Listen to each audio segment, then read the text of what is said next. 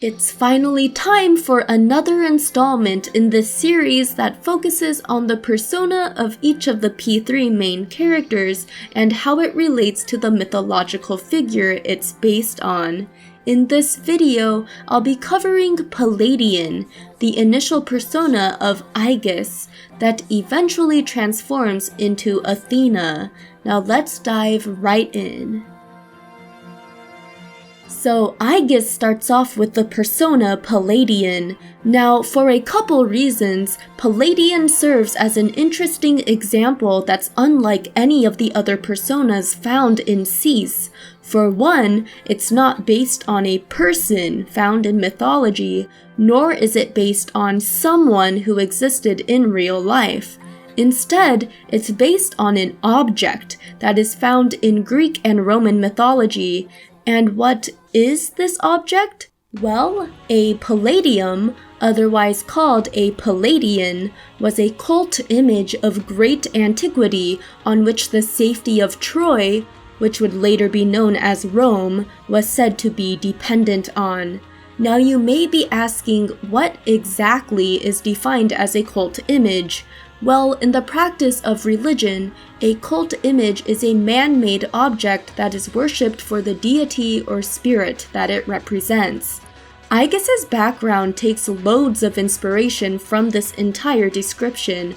On one hand, Aigis is an artificial intelligence that was developed by the Kirijo group, meaning that she is a man-made object.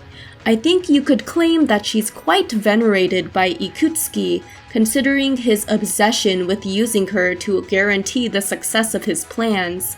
The chairman is the most fanatical of all the characters when it comes to realizing his ideology and his belief that wishing death upon the world is the best path forward. It's fitting then that someone like him, a person akin to a cult leader, is relying on Aigis, who basically serves as the cult image. It can also be said that Mitsuru's grandfather and his company were looking to Aigis for the safety of their project. The same can be said for Tatsumi Port Island, even if they were completely unaware of this fact.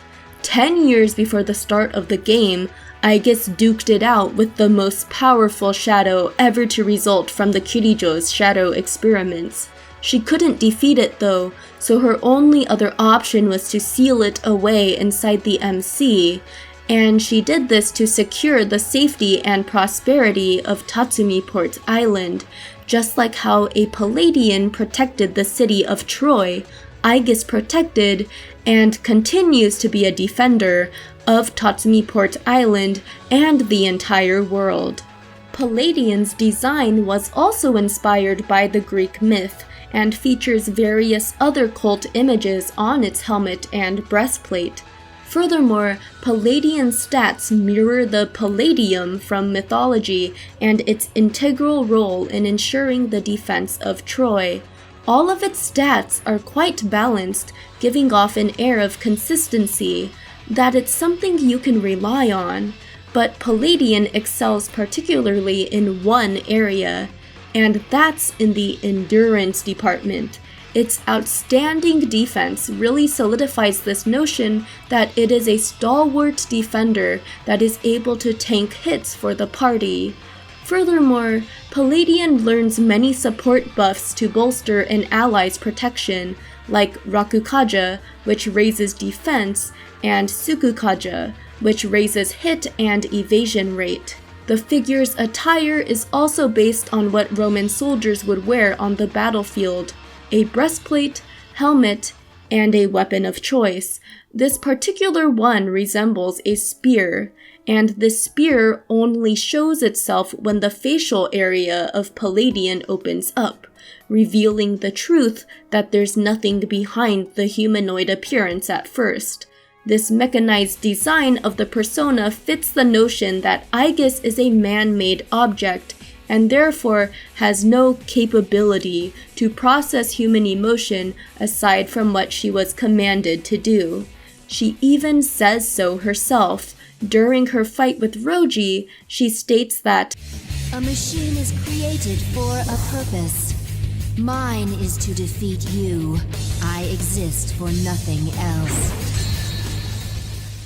This concept is further showcased in the main personal struggle Aigis faces throughout the game, one in which she slowly becomes more human and realizes that there's more to life than purely fighting shadows. In the first couple months after she joined SEAS, her thoughts and responses to the others are very robotic and stiff. For example, when the boys first meet Aigis during Operation Babe Hunt, her replies to Akihiko and Junpei are literally robotic and unemotional. She's the only one who doesn't laugh during the comedy routine that is put on impromptu during the cleanup of the cancelled school festival. And in late November, she responds to Junpei that she is merely functioning as opposed to living. But even so, this is also the same scene in which she truly begins to grapple with her budding human emotion. The fact that Palladion is wearing human attire, what with the toga-esque dress and the armor, shows that Aigis has the capacity within herself to understand and live life as a human being, instead of strictly as a robot.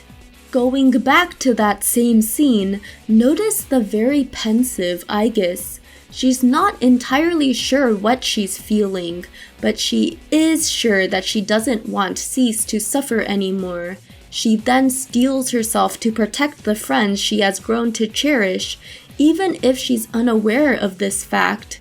Her social link also explores this gradual growth of learning to enjoy the mundane day-to-day life with companions, a concept that's so central to living life as a human. She even says in her rank 7 social link that to live is to be connected to other people. And so, Aigis must come to the acceptance that to live is also to die. One thing that ties all of humanity together is the fact that every human being will die one day, meaning the more human Aigis becomes, the more she must come to terms with the fact that all her friends will die eventually. Aigis facing such a big change within herself and having to confront these existential fears eventually gives way to her persona's ultimate form, Athena. Athena is the Olympian goddess of wisdom and war, and was known as the patroness of Athens. The white toga-esque dress can be symbolic of not only Aigis' equitable wisdom once she discovers the meaning of life, but also her purity. Since Aigis is an artificial intelligence with a mechanical body, she will never have children and will remain the virgin goddess, just as Athena was in the mythology. Also take notice of how Athena's design is now fully humanoid as compared to Palladion's fake face. The weapon is now wielded by the figure instead of being a part of, or an extension of even, the figure itself. This reflects how Aigis no longer sees herself solely as a weapon against the shadows, but as someone more than that. Athena also dons a shield that most likely inspired Aigis' name, since the mythological Athena equips a shield called the Aigis. Athena was also called the Helper of Heroes, since she was known to help many of Greece's greatest heroes, including Odysseus, Heracles, and Jason. And this last hero is relevant to the symbolism of Junpei and Chidori. I'll leave a link to that video in the cards in the upper right-hand corner. Aigis has helped the heroes of SEAS time and time again, even going against the programming Ikutsuki placed in her on the night he nearly sacrificed the party to revive Nyx. Athena's backstory also inspires a lot of Aigis' struggles in The Answer, especially in regards to the tale in which Athena accidentally killed her beloved childhood friend, Pallas. The MC only had the ability to become the seal because he carried Roji inside him for all those years. Since Aigis is the one who sealed Rogi away in a young protagonist, she surely feels guilt over the MC's death. He even went on to die while resting peacefully in Aigis's lap.